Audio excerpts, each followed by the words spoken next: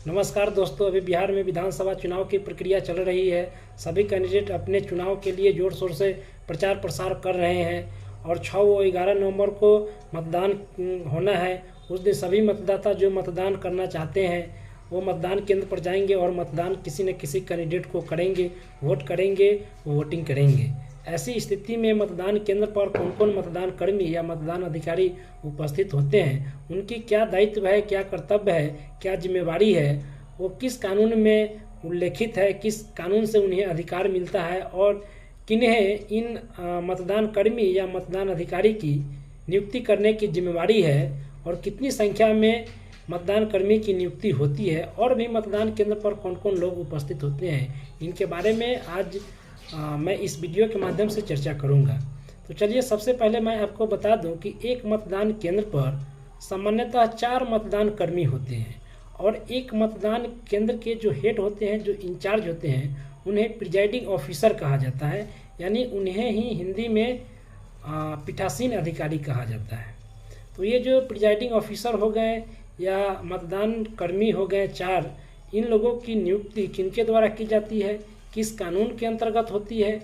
तो 1951 में पार्लियामेंट के द्वारा यानी भारतीय संसद के द्वारा एक अधिनियम, एक एक्ट पारित किया गया जिन्हें इंग्लिश में कहा जाता है the representation of the people act 1951, जिन्हें हिंदी में लोक प्रतिनिधित्व अधिनियम 1951 कहा गया है, पारित किया जाता है। उसके सेक्शन 26 यानी 26 में जिला निर्वाचन अधिकारी यानी डिस्ट्रिक्ट इलेक्शन ऑफिसर की जिम्मेवारी है। उस सेक्शन में उन्हें ही जिम्मेवारी दी गई है कि वे प्रत्येक मतदान केंद्र के लिए एक पीठासीन अधिकारी यानी प्रिजाइडिंग ऑफिसर की नियुक्ति करेंगे और जितनी संख्या में ज़रूरत हो प्रत्येक मतदान केंद्र के लिए उतनी संख्या में मतदान अधिकारी यानी पोलिंग ऑफिसर की नियुक्ति करेंगे। तो इस तरह से आप देखेंगे कि 26 सेक्शन में स्पष्ट रूप से उल्लेख है कि प्रत्येक मतदान केंद्र के लिए एक ही प्रिजाइडिंग ऑफिसर की नियुक्ति की जा सकती है, यानी एक ही पीठासीन अधिकारी की नियुक्ति करने के लिए जिला निर्वाचन पदाधिकारी यानी डिस्ट्रिक्ट इलेक्शन ऑफिसर बाध्य है, उससे ज़्यादा संख्या में वो नियुक्ति नहीं कर सकते हैं। लेकिन जहाँ तक बात रहा मतदान अधिकारी यानी पोलिंग ऑफिसर की, तो उनकी संख्या कितनी होगी? तो उनकी संख्या प्रत्येक मतदान केंद्र के लिए जितनी आवश्यक हो उतनी ही संख्या में प्रत्येक मतदान केंद्र के लिए मतदान अधिकारी यानी पोलिंग ऑफिसर की नियुक्ति संबंधित जिला के जिला निर्वाचन अधिकारी यानी डिस्ट्रिक्ट इलेक्शन ऑफिसर के द्वारा की जाएगी। तो इस तरह से देखेंगे कि एक प्रिजाइडिंग ऑफिसर की संख्या तो स्पष्ट रूप से निर्धारित की गई है, लेकिन पोलिंग ऑफिसर की संख्या निर्धारित स्पष्ट रूप से नहीं की गई है। वो आवश्यकता अनुसार, प्रत्येक बूथ की आवश्यकता अनुसार संबंधित बूथ के जो जिला निर्वाचन पदाधिकारी होंगे उनके द्वारा संख्या निर्धारित की जाती है। तो अभी सामान्यतः प्रत्येक बूथ के लिए 3 ही मतदान कर्मी, 3 ही पोलिंग ऑफिसर की नियुक्ति की जाती है। इस तरह से देखेंगे 3 पोलिंग ऑफिसर हो गए और एक प्रिजाइडिंग ऑफिसर हो गए, तो 3, 1, 4 इस तरह से प्रत्येक बूथ के लिए 4 मतदान कर्मी की नियुक्ति जिला निर्वाचन पदाधिकारी के द्वारा की जाती है। तो ये जो पोलिंग ऑफिसर होते हैं इनका क्या काम होता है, चलिए संक्षिप्त में आपको मैं इनके बारे में भी बता दूं। तो ये जो पोलिंग ऑफिसर होते हैं इन्हें क्रमशः शॉर्ट में इंग्लिश में कहा जाता है P1, P2, P3, जिन्हें इंग्लिश में कहा गया polling officer 1, polling officer 2, polling officer 3, और हिंदी में क्रमशः इन्हीं को कहा जाता है मतदान अधिकारी प्रथम, मतदान अधिकारी द्वितीय एवं मतदान अधिकारी तृतीय। तो पोलिंग स्टेशन जो होता है जिन्हें हिंदी में मतदान केंद्र कहा गया है, तो जब भी मतदाता मतदान केंद्र पर जाते हैं तो सबसे पहले वे मतदान अधिकारी प्रथम के पास ही जाते हैं। उनके पास एक मतदाता सूची होता है। जब भी मतदाता उनके पास जाते हैं तो वे मतदाता का पहचान उस मतदाता सूची से करते हैं, मिलान करते हैं। जब सही पाया जाता है तब वो मतदाता मतदान अधिकारी द्वितीय के पास जाते हैं। मतदान अधिकारी द्वितीय के पास एक रजिस्टर होता है और उनके पास ही अमिट स्याही होता है। वो मतदाता द्वारा जो 11 डॉक्यूमेंट में से कोई भी एक डॉक्यूमेंट लाया गया होता है, वो उस डॉक्यूमेंट के आईडी नंबर नोट करते हैं और उस मतदाता से सिग्नेचर कराते हैं, या जो मतदाता सिग्नेचर करना नहीं जानते हैं उनसे वे अंगूठा का निशान लेते हैं और बाएं हाथ के तर्जनी उंगली में वे अमिट स्याही भी लगाते हैं। उसके बाद मतदाता मतदान अधिकारी तृतीय के पास जाते हैं, जिनके पास CU यानी कंट्रोल यूनिट होता है। उसके वे बटन को दबाते हैं, तब मतदाता अंदर जाते हैं जहां पर EVM रखा हुआ होता है, और जिस कैंडिडेट को वो वोट करना चाहते हैं उस कैंडिडेट को वोटिंग करते हैं। या कभी कभी ऐसा भी होता है कि मतदाता किसी भी कैंडिडेट को पसंद नहीं करते हैं, इस स्थिति में वे नोटा को मतलब वोटिंग करते हैं। कभी कभी ऐसा भी होता है, कोई कोई मतदाता कहीं उनको अधिकार है कि वो नहीं नोटा को करेंगे और नहीं वो किसी कैंडिडेट को करेंगे।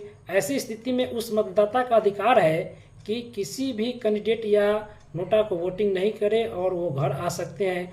यहाँ तक कि वहाँ पर जो उपस्थित है मतदान कर्मी या और प्रिजाइडिंग ऑफिसर, वो भी ज़बरदस्ती नहीं कर सकते कि आप वोटिंग कीजिए ही, जबकि मतदान अधिकारी तृतीय के द्वारा जो CU होता है, कंट्रोल यूनिट होता है, उसके द्वारा CU का जो बटन होता है वो दबा दिया गया होता है, तब भी प्रिजाइडिंग ऑफिसर भी उस मतदाता के साथ ज़बरदस्ती नहीं कर सकता है। यह मतदाता का अधिकार है, यह प्रत्येक मतदाता को ज़रूर जानना चाहिए, अवश्य जानकारी होना चाहिए।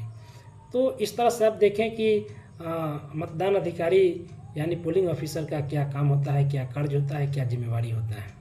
तो अब एक अन्य व्यक्ति होते हैं मतदान केंद्र पर, वो होते हैं पोलिंग एजेंट। तो पोलिंग एजेंट कौन होते हैं? तो प्रत्येक कैंडिडेट के द्वारा एक पोलिंग एजेंट की नियुक्ति की जाती है। सभी कैंडिडेट के द्वारा पोलिंग एजेंट की नियुक्ति की जाती है जो मतदान केंद्र पर उपस्थित होते हैं। तो पोलिंग एजेंट की नियुक्ति किस सेक्शन में होती है, किस कानून के अंतर्गत होता है? तो वो भी the representation of the people act 1951 की एक सेक्शन है 46 यानी 46। उसके तहत कैंडिडेट या प्रत्येक कैंडिडेट के द्वारा एक जो इलेक्शन एजेंट की नियुक्ति की जाती है।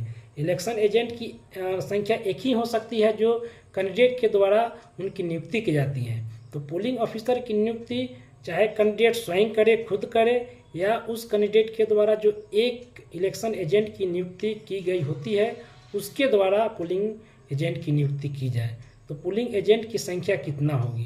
क्या पोलिंग एजेंट के अलावा भी अन्य किसी अभिकर्ता की नियुक्ति होता है मतदान केंद्र पर जाने के लिए? तो हाँ, होता है। इसकी चर्चा भी 46 सेक्शन में ही की गई है, लोक प्रतिनिधित्व अधिनियम 1951 के अंतर्गत।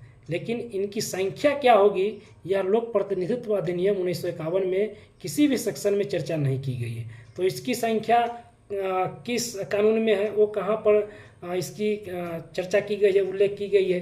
तो इसके लिए 1961 में एक कानून पारित किया गया, एक नियमावली बनी।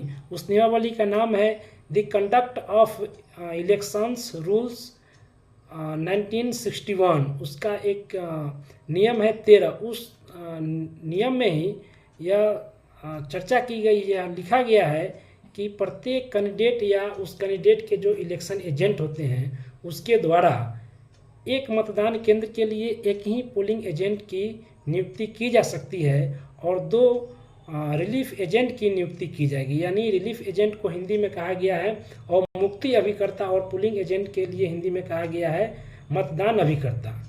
तो इस तरह से देखेंगे कि एक पोलिंग एजेंट और 2 रिलीफ एजेंट की नियुक्ति की जाती है। तो ये रिलीफ एजेंट कौन होते हैं? तो मान लीजिए कि ये जो पोलिंग एजेंट होते हैं वो किसी भी कारण से मतदान केंद्र से बाहर चले जाते हैं। उस स्थिति में उस कैंडिडेट का तो वहाँ पर कोई पोलिंग एजेंट नहीं होगा। तो ऐसी स्थिति में वहाँ पर उस रिक्ति को भरने के लिए वहाँ पर उस कैंडिडेट का कोई भी एक प्रतिनिधि वहाँ पर अवश्य रहे। इसको सुनिश्चित करने के लिए ही 2 रिलीफ एजेंट की नियुक्ति की जाती है। तो इस तरह से आप देखें कि प्रत्येक मतदान केंद्र पर 4 मतदान कर्मी यानी 1 प्रिजाइडिंग ऑफिसर और 3 पोलिंग ऑफिसर की नियुक्ति की जाती है। और भी कैंडिडेट के द्वारा, सभी कैंडिडेट के द्वारा एक जो पोलिंग एजेंट की नियुक्ति की जाती है वही लोग होते हैं। और कुछ पुलिस ऑफिसर होते हैं यानी सुरक्षा के दृष्टिकोण से, और अर्धसैनिक बल के भी कुछ लोग होते हैं, और कुछ लोग भरवंशील अधिकारी होते हैं जैसे माइक्रो ऑब्जर्वर हो गए, सेक्टर मजिस्ट्रेट हो गए। ये लोग मिलकर के मतदान केंद्र के दिन ये लोग सक्रिय रहते हैं, मतदान को ये लोग कंडक्ट कराते हैं, संचालित कराते हैं। तो आज के वीडियो में इतना ही हम बात करेंगे। इसी के साथ आज इस वीडियो को ख़त्म करते हैं। धन्यवाद। फिर अगले वीडियो में किसी अन्य टॉपिक पर बात करेंगे। अगर आपको यह वीडियो अच्छा लगा तो कृपया लाइक कीजिए और शेयर कीजिए, कमेंट कीजिए। धन्यवाद।